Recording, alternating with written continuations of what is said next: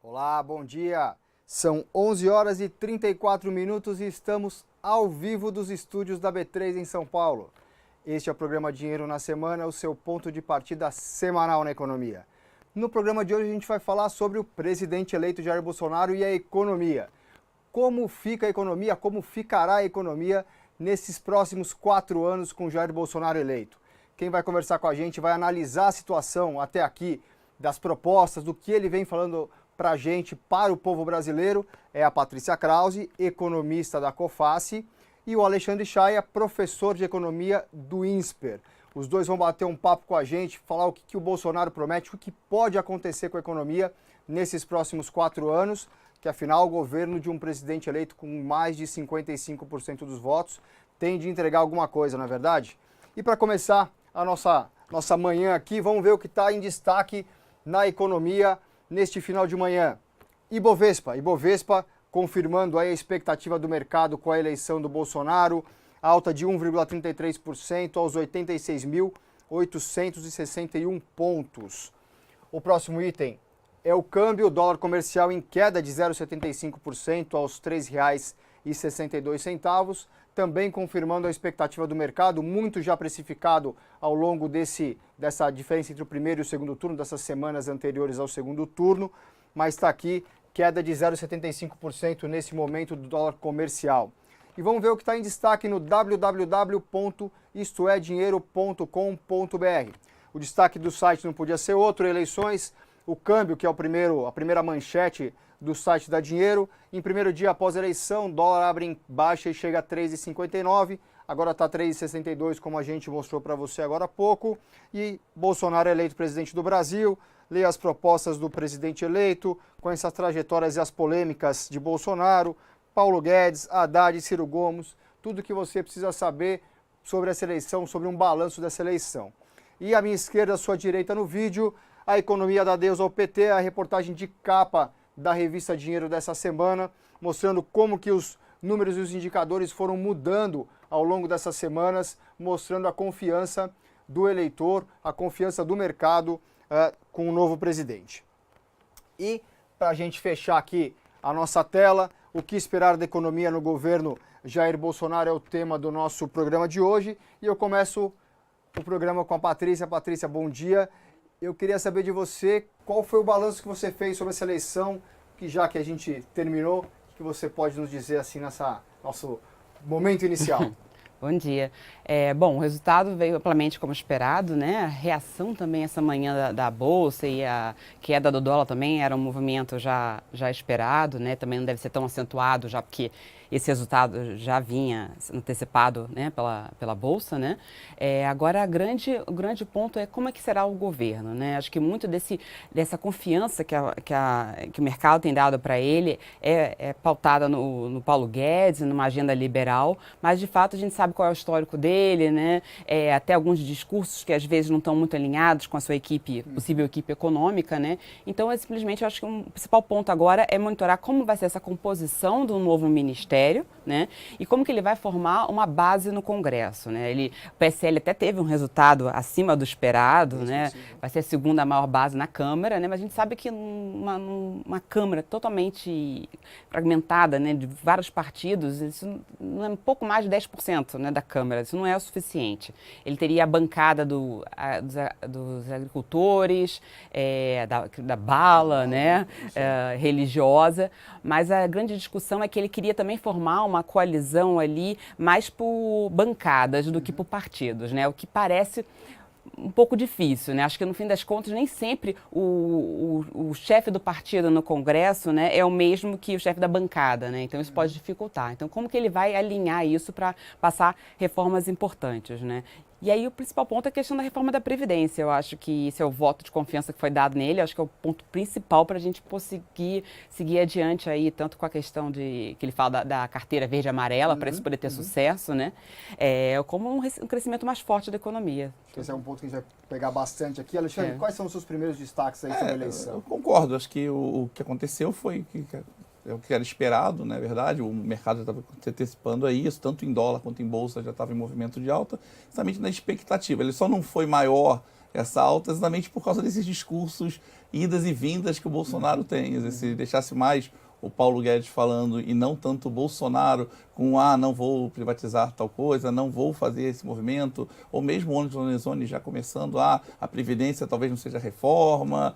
Esse discurso de incerteza era um problema sério. Então, o mercado estava já satisfeito, achando realmente que esse ciclo do PT, esse movimento, toda essa política, tanto externa quanto interna,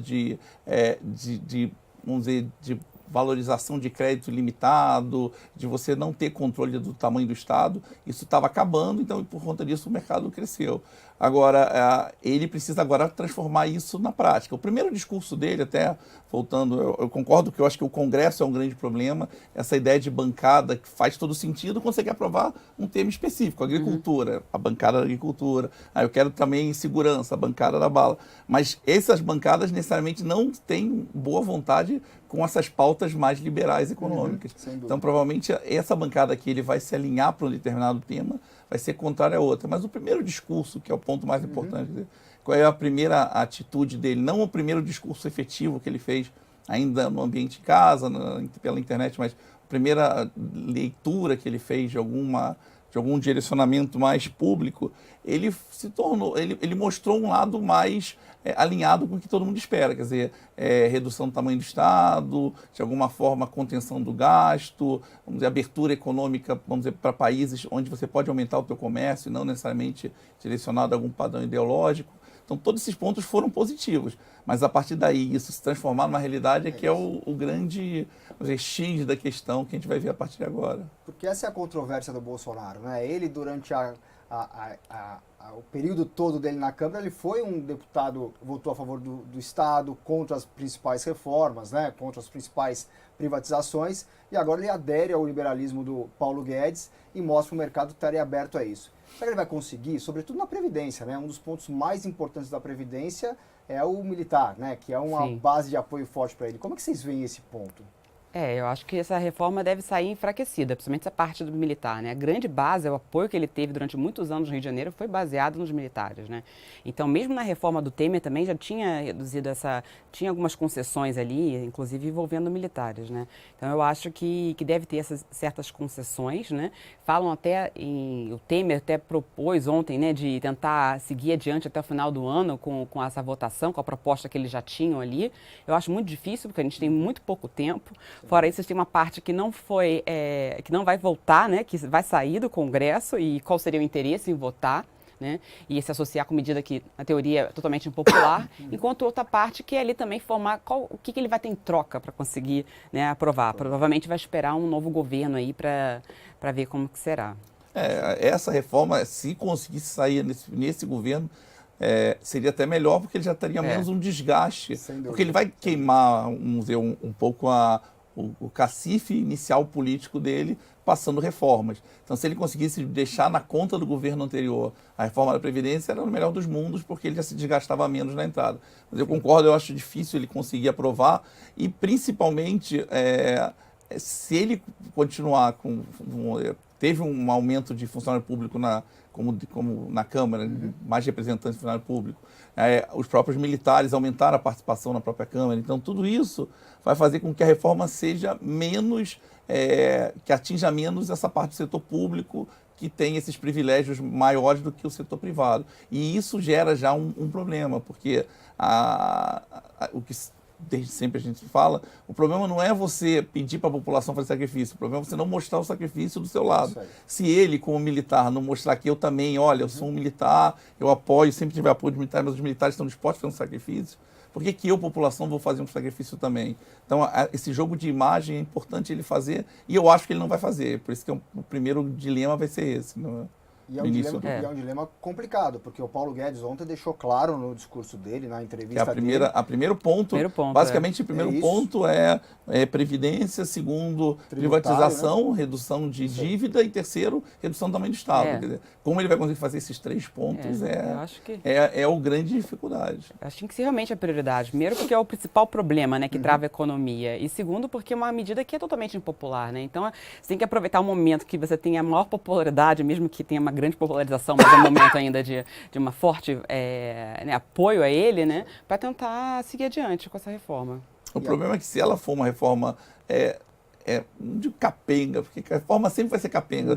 Toda reforma é sempre você estar satisfeito. Você vai fazer reforma e no final você vai chegar à conclusão de, puxa, eu poderia ter feito um pouco mais.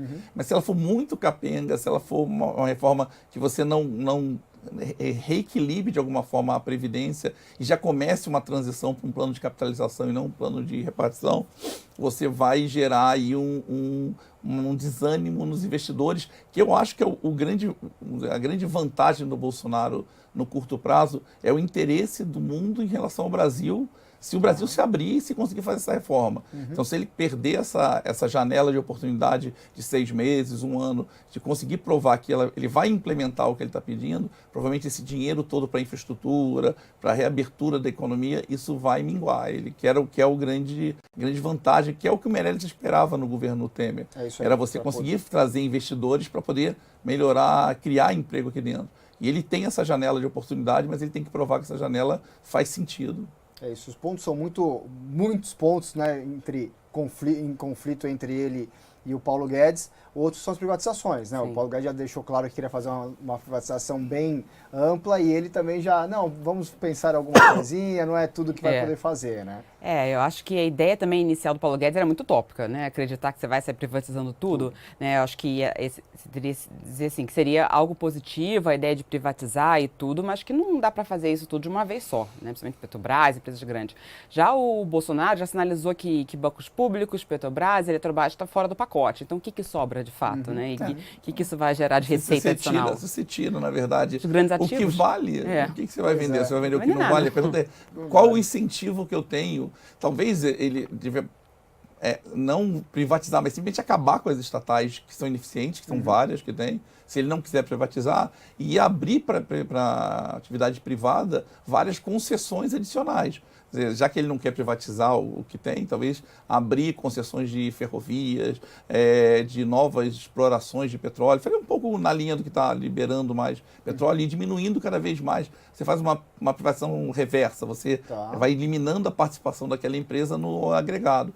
Mas o que eu acho que mais importante, e aí eu acho que é o grande problema da visão do Bolsonaro sobre plano estratégico, militar, que tem que manter, você não precisa ser o dono da empresa para você manter o domínio vamos dizer, daquele produto no Brasil. Você tem que ter agências reguladoras fortes. E o que eu acho que ele tem que fazer é isso, era criar agências reguladoras muito fortes, tanto em petróleo, energia, transporte, e aí dá para a iniciativa privada falando, a regra do jogo é essa, se você descumprir, eu tomo de volta. Mas se você cumprir, você vai ter o benefício da liberdade econômica para fazer. Que é uma coisa que ele colocou bastante no discurso dele, que é esse negócio do empreendedor, incentivar o empreendedor. Que seria uma coisa boa, né? E você falou em força, Chay, uma coisa importante é a força que o Paulo Guedes deve ter nesse governo, até pela junção que vai ter de fazenda, indústria, comércio e comércio exterior, né? Eles querem fazer um agregado, né? Qual a opinião de vocês, especialistas em economia, sobre essa união? Combina, não combina? Dá certo, não dá certo? O que a gente pode colocar para quem está assistindo a gente? Eu acho que essa ideia de diminuir o número de ministérios e tentar consolidar acaba sendo mais política do que de fato efetiva na redução de custos, né? Eu acho que você poderia até manter eles separados, portanto que você reduzisse, por exemplo, cargos comissionados, né? Tentasse enxugar um pouco a pasta, colocasse pessoas que tivessem experiência no cargo mais do que pessoas políticos, né? Que seria um ganho maior. Realmente, essa ideia de ministério, ter mais ou menos ministério, você pode fundir 3 ministérios e criar 3 secretarias embaixo de um ministro, que quem vai, na verdade, quem vai acabar tocando cada uma dos ministérios deveria ser um técnico e o ministro ser alguma coisa, um direcionador das políticas. Então, ter mais ou menos ministérios, eu acho que o mais importante é reduzir o número de cargos comissionados e de lugares onde o governo faz essa troca, que é o que desgastou a política, que é essa ideia de você dar um cargo num ministério ou num banco público ou numa estatal para um apadrinhado político. Isso é que tem que acabar. E, necessariamente, ter muitos ministérios, mas ministérios enxutos, não seria um problema. O problema é ter muitos cargos disponíveis. E ele pode ter, mesmo com um ministério. Você cria várias secretarias e coloca embaixo cada um fala assim, deles, cortei para metade do meu... mas tem um montão de secretaria. Então, é importante o direcionamento na redução do tamanho do Estado, que é um dos argumentos que o Paulo Guedes está falando. Eu quero reduzir o tamanho do Estado, eu quero diminuir, tem 20 mil cargos comissionados, se ele reduzir isso para 5 mil cargos comissionados, já é uma economia de dinheiro e economia também de eficiência do Estado, né? Porque esses cargos comissionados são todos cargos políticos, não tem cargo técnico. E essa troca fica muito clara. Paulo Caffarelli, que era o presidente do Banco do Brasil, semana passada já deixou o cargo vago, foi para a Cielo, uma empresa privada, né, sabendo que nessa transição de governo sempre tem essas trocas e provavelmente ele não seria o escolhido, mesmo ele sendo um técnico, ter passado a carreira dele toda no Banco do Brasil, depois saiu um pedacinho para a CSN, mas passou por lá e obviamente sabe o funcionamento da máquina como que é, né? Outro ponto importante do Paulo Guedes, reforma tributária, que é uma coisa que vai mexer no bolso de todo mundo. É possível fazer, nesses 100 dias que a gente vai ter aí de armistício para o governo, ele consegue aprovar alguma coisa nesse período? Bom, eu acho que a reforma tributária deve sair depois disso, né? Acho que o principal ponto realmente é a questão da reforma da Previdência, até porque quando ele fala em juntar impostos, consolidar impostos, ou de repente ter alguma redução para tentar incentivar investimentos, isso aí depende muito do que você conseguiu aprovar na Previdência para ver como que é o seu equilíbrio fiscal para que isso seja aprovado, né? Eu acho que isso é certamente um ponto muito importante, né? Por conta da quantidade enorme de impostos que tem, que mesmo que que a empresa tente estar em dia com os impostos, tem uma dificuldade, né, uma parte jurídica, né, para estar de acordo com tudo isso, mas eu acredito que essa reforma da Previdência vem antes para poder ter da base para a reforma tributária.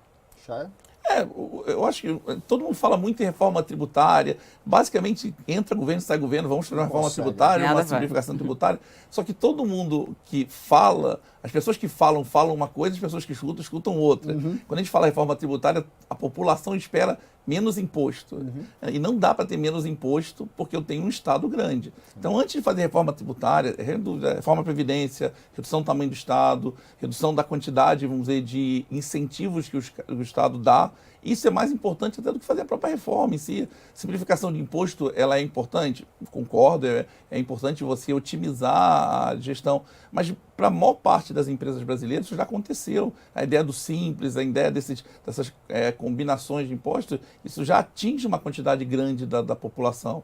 O que talvez ele tenha que mexer mais do que a reforma tributária é a reforma trabalhista tributária, quer dizer, reduzir o impacto dos impostos na folha de trabalho. Que necessariamente ele falou ontem, né? Isso, ele falou bastante. Bastante disso, né? Então, isso talvez seja mais importante do que a simplificação de imposto para as empresas, porque uma parte muito grande do empreendedor, do pequeno empreendedor brasileiro, já está no regime tributário mais simplificado, unificação de imposto, e a estrutura, vamos dizer, de informação da Receita Federal, ela já é bastante sofisticada. Ela pode ser até injusta porque cobra muito, mas ela já tem uma estrutura sofisticada, então não é tão complicado você fazer. Tem uma burocracia, mas não é tão complicado. Acho que o mais importante é você reduzir a quantidade de imposto na folha de trabalho para poder aumentar a quantidade de emprego e aí você gerar mais imposto, não pelo tamanho do imposto, sim pela quantidade de gente trabalhando.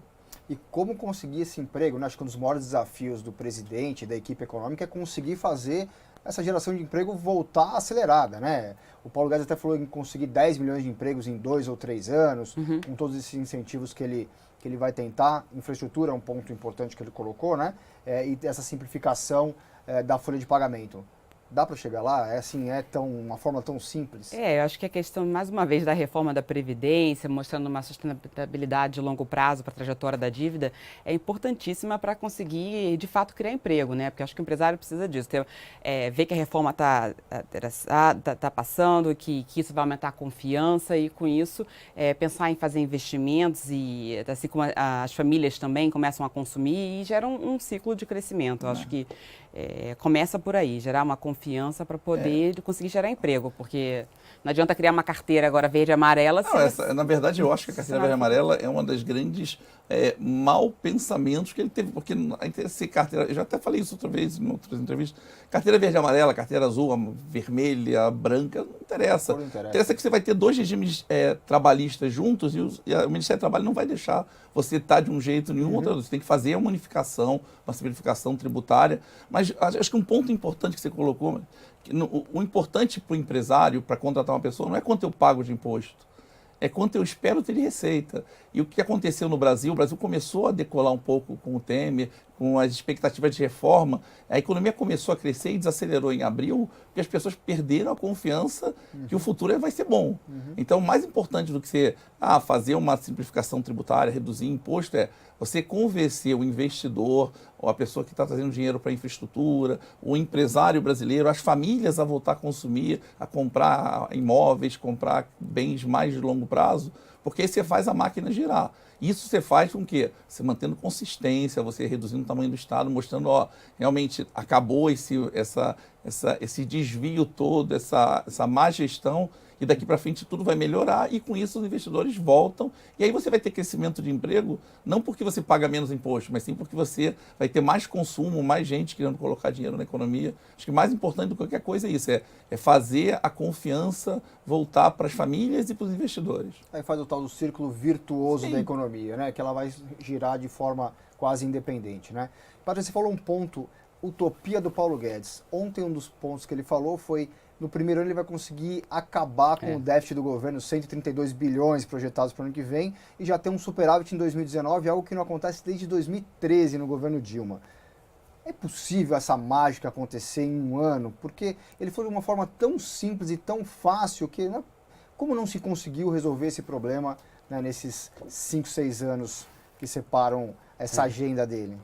Eu acho isso também, mais uma vez, totalmente utópico. Eu acho muito difícil que você consiga, principalmente em 2019, zerar esse déficit, né? Acho que tem um período muito curto de tempo para conseguir fazer mudanças tão importantes a ponto de chegar, né, a zerar esse déficit, né? Inclusive, muito da proposta dele baseada na questão da privatização, que a gente sabe que perdeu força aí pelos discursos. Parece ter perdido força pelos discursos do Bolsonaro, né? Principalmente a questão da Eletrobras, que era a que estava ali mais bem encaminhada, né? E que era previsto para ano que vem, isso sai do cenário, né? Eu acho que esse enxugamento, redução de ministério, mesmo que seja também redução de cargos comissionados e tudo isso, uma confiança maior, possa melhorar também o crescimento da economia, não deve ser o suficiente para gerar um equilíbrio nas contas no próximo ano. O orçamento desse ano, do ano que vem já está meio dado. Quer dizer, o último ano do governo, o cara já faz o orçamento do ano que vem e já está programando um déficit. Então, dificilmente ele consegue modificar demais essas despesas que ele vai ter e a quantidade de receitas que ele vai poder gerar.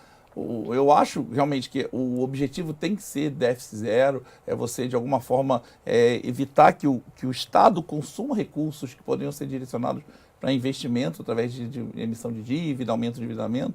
Só que eu acho muito difícil ele conseguir. A única possibilidade que eu acho que tem disso acontecer, que voltando, era a aposta inicial do Temer com o Meirelles, ela vai entrar maciçamente investimento no Brasil e com isso eu vou gerar uma quantidade de crescimento econômico tão grande que isso vai gerar uma quantidade de imposto que vai cobrir esse déficit. Então é a única forma que ele conseguiria gerar, não com redução do tamanho do Estado. Acho que isso é muito difícil no primeiro ano, acho até difícil nos primeiros 2 anos. Ele tem que se programar para isso acontecer já no fim do governo dele, se ele tiver realmente com algum objetivo de reeleição, que ele falou que não quer ter, mas ele tem que se programar para no segunda metade do governo dele a economia tá com redução de endividamento, voltar a ter superávit, mas difícil no primeiro, a não ser que ele consiga trazer muito investidor para o Brasil. Essa é a aposta dele. Né? Tomara que ele consiga, embora a gente saiba que vai ser muito difícil isso, né? E uma coisa que ficou veio nessas 2 últimas semanas foi a possibilidade de um Banco Central independente e também da manutenção do Ilan como presidente do Banco Central. Como que vocês veem esse ponto da independência do Banco Central, importante ou não, e o Ilan continuar ou não também à frente do BC? Bom, eu acho que se ele continuasse seria ótimo, ele tem, né, tido uma boa gestão, mas caso ele não permaneça, o importante é que tenha alguém alinhado com a política atual do Banco Central que tenha uma independência, mesmo que não seja oficial. Eu acho totalmente a favor da independência do Banco Central.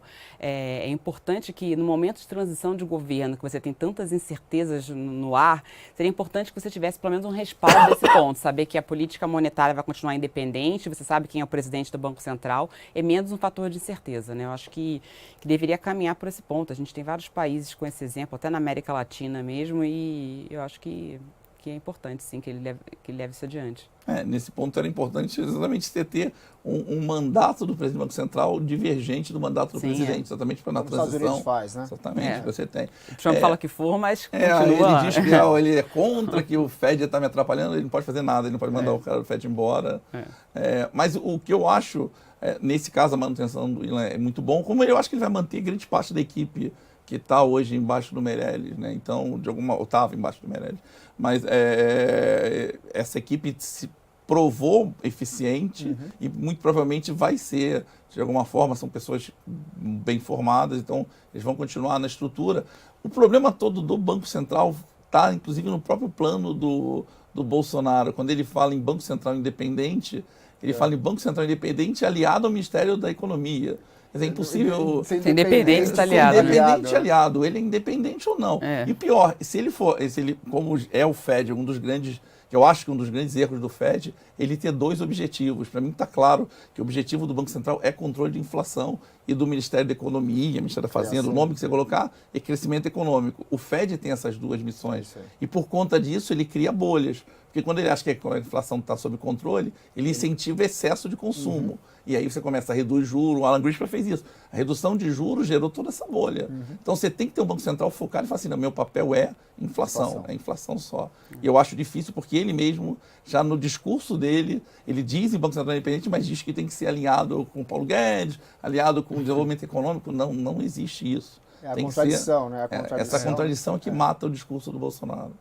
Esse é um problema, né? E Alexandre Tombini também estava muito alinhado com a Fazenda e criou o que criou ali nos últimos anos, né? Se a gente quiser colocar um exemplo fácil para as pessoas entenderem, né? Ponto importante de ontem também foi a fala do Paulo Guedes sobre o comércio exterior, sobretudo sobre o Mercosul, que ele teve uma discussão com a repórter do Clarim ali, que o Mercosul não seria prioridade no governo deles. Como que você analisa essa frase sobre o Mercosul, principalmente, mas a necessidade do Brasil se abrir mais para o exterior? Eu acho que isso é extremamente importante, né? O Brasil ficou muitos anos fechado no Mercosul, que levado a nada, até por motivos mais políticos, né? Por ideologias políticas da época do que por estratégias de comércio. Agora, eu vejo também essa questão da Argentina como o governo Macri também estava bem alinhado com essa política de tentar se unir, mesmo que fosse no Mercosul, né? Para conseguir parcerias com a União Europeia, né? Que está sendo negociada, e com outros países. Eu acho que é importante ele seguir na linha de comércio, com o Mercosul ou sem Mercosul. Seguir, né? A gente teve um acordo com o Chile também importante na última semana, né? Ele fala em seguir um modelo do Trump de acordos bilaterais, que seja, mas que forme, que vá nesse sentido mesmo de um comércio aberto, né? O problema só é se ele também não vai esbarrar com parte do apoio que ele teve da parte industrial, né? De que também nem sempre é tão favorável a uma abertura. Mais importante que ela seja, né? Pode gerar alguma resistência. Vai gerar resistência, mas ele também teve um apoio do agronegócio que também incentiva. É favorável a ter, favorável a essa abertura. Eu só acho que, infelizmente, né? Apesar concordo, acho que o melhor dos mundos, se a gente começar a se abrir, mas o Brasil representa muito pouco, quando você vê a quantidade de participação, o crescimento que o mundo teve e que o Brasil perdeu, e não só por conta do governo do PT, mas o próprio governo do PSDB e os militares, com aquela visão de nacionalismo, de fechamento de... Essa ideia que o brasileiro tem de ser autossuficiente, isso fez com que a gente perdesse o barco do crescimento mundial. O mundo inteiro cresceu, a gente ficou para trás. A gente representa muito pouco do comércio mundial, a gente podia ser muito maior, podia se representar muito mais. O único medo que eu tenho é que a gente perdeu o barco. Porque hoje o mundo que estava muito mais aberto a fazer mais comércio entre eles, com o Trump e com a guerra comercial com a China, parte disso acabou. Então você vai estar entrando no jogo no fim do jogo. Quer dizer, você vale a pena. Eu acho que não ficar fora do jogo é o pior do jogo, o pior das situações. Mas você está entrando, você está propondo um movimento de abertura para o mundo, onde o mundo está numa partida contrária agora. Está começando tá atrasado, né? Exatamente. A gente perdeu o barco do crescimento por conta disso. Muito bom. Queria entrar também agora um pouquinho, a gente está no final do programa, vamos entrar nos estados. Ontem, 3 estados que estão com a situação fiscal muito ruim elegeram seus governadores. Minas Gerais com o Zema, Rio de Janeiro com o Witzel e o Rio Grande do Sul com o Leite. O que esses estados podem esperar?